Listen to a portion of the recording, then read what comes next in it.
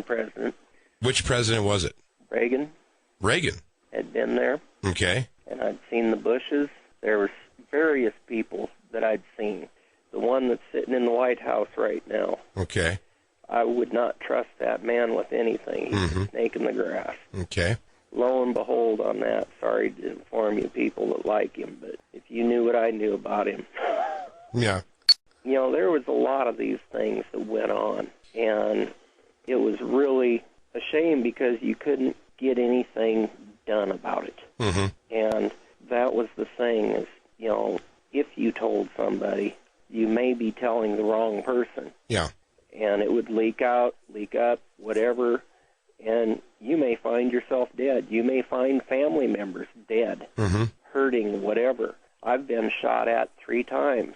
I was riding my bike in Portland, Oregon, and I got intentionally hit by a car. They drove by about 50 miles an hour and opened their back door and hit me. Wow. Okay, I got epilepsy out of that. Mm-hmm. So, you know, this is what I have to deal with. Yeah. And that just because I went to work for somebody in good faith. Yeah. And ended up seeing way more than I ever wanted to or dreamed of. Mm-hmm. How many children or young people that were involved in this, how many of them do you think were utilized in snuff films? Was there a lot done, or was this something that was a rare occasion? It happened, but the thing was I have no idea how many actually got made. Mm-hmm. Because they would go to so many different places. It was nothing unusual for Larry to be on a private jet 2, 3, 4 days out of a week. Mm-hmm. And, you know, he could be anywhere. And, you know, some of these things were cloaked in secrecy because a lot of them were instigated out of SAC. That's the Air Force Base in Omaha. That's Strategic Air Command. What did they have to do with it? That's where a lot of the MKUltra things went on, the mind control. Okay, now let's talk a little bit about that, because when you say the mind control, you know, now how familiar were you with Paul Bonacci? I testified at his trial against Larry King, where he won the $1 million judgment. This is the civilian lawsuit that Bonacci filed against him, right? Yeah, Yeah. Well, I think it's February 5th of 1999 in Judge Warren Urban's court. Okay. You know, I knew Paul. I wasn't really close to him. Yeah. But, you know, I knew of him. That's pretty much the way most of the people I knew in Larry's organization, I knew of them, but I didn't want to get close to any of them. Right, okay. A lot of the kids were brought in. They were either drugged or they'd take them through this MKUltra and do the mind control. Larry was very good at that. Now, and you say that the SAC base, Offutt Air Force Base in Omaha, that was a facility where they took these kids? Yeah. Let's go back to the Air Force Base, because I know Paul Bonacci talked, quite extensively about stuff that he had been through. He was also, from what I understand, the psychiatrist that looked at him. He was himself a multiple personality, had been traumatized, and these compartmentalized personalities had been set up in him from when he was just a child. He claimed that he had been taken to Offutt Air Force Base, did he not? Yeah. When I was with Larry and we went out to Offutt, what struck me funny was he would go right through the guard shack. They didn't stop him for anything. Didn't matter who he had with him. Okay, so it kind of implies that he was well known there. Oh, yeah. Yeah.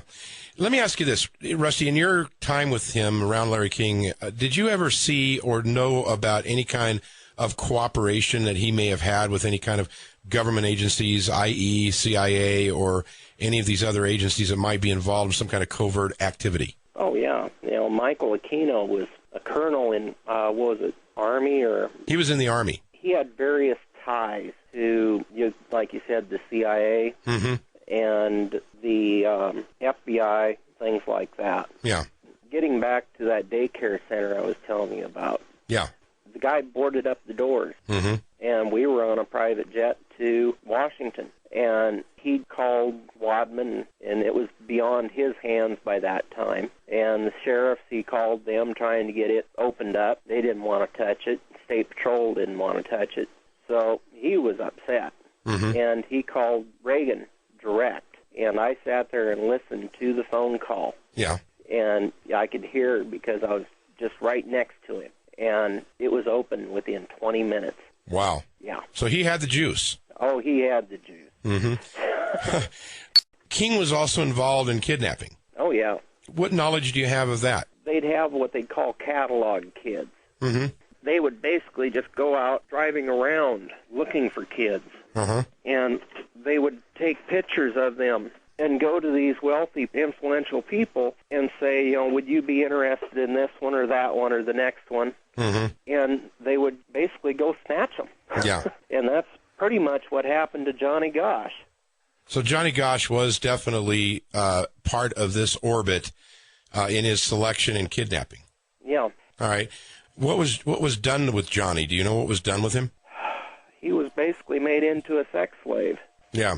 Put him down like in a basement or somewhere and hide him out of the way and get them moved from one place to another. Mm-hmm. It gets to the point to where when you have a captive person, they're angry and frustrated at first, so they basically confine them or drug them. Yeah. And then they get to the point to where this person is craving personal interaction. Right. To where there's no other people around but the people who have made them captive. Right. And they get to the point to where they actually start liking the person. Kind of like the Stockholm Syndrome, right? Yeah, exactly. Yeah. And they know this when they take these kids. Yeah. It's a psychological game. The military uses this a lot to where the MKUltra and things like that, they have ways to actually split a personality. Paul Bonacci, if I remember right, he has 13 different personalities. Mm-hmm. I've seen a few of them. It's bizarre because you're sitting here, you're talking to this person, and it's a whole other person you're talking to. Yeah. But yet it's the same body. Mm-hmm. It's kind of eerie, actually. Yeah. Yeah. Let's talk about the investigation itself and some of the stuff that went on with DeCamp and Senator Schmidt. Gary Caradori, who was a retired Nebraska highway patrolman, went into private investigative work, was hired by the committee to investigate this stuff. Caradori died in a plane crash. What do you know about that, and what do you know about some of these photographs that allegedly exist concerning very important people? They were mine. Oh, they were? Yes. Okay, what were the photographs of? They were photographs showing various kids being with these influential people, enough so to where it would prove that if they were missing or something, that where they were at, and get a lot of questions going. Okay. And raise a lot of eyebrows. Okay. There was names, there was dates to go with the faces. Okay. And that's what was on the plane. I was very reluctant about working with him. Were you the contact that he flew to Chicago to meet? Yes. Oh, I didn't know that. Yeah. Okay.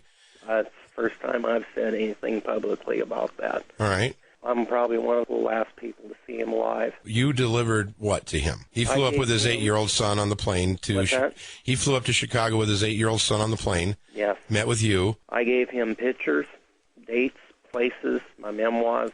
While I was going through this, I was meticulous about keeping notes. I'd imagine for your protection. Well, yes. Yeah. I used to keep a diary. It was an assortment of things that would tie in a lot of people. For instance, what I've been told, there are 23 children that have been to the White House very quietly. The after-hours tours, yes, they do have them. And the kids that would go there would never be seen again. And they may go a few times or that, but it was all hush-hush. Yeah. When they were done with them, it was done. And you never saw them again? Nope. Can you speculate on what you think might have happened to them? I would bet they're probably with the fishes.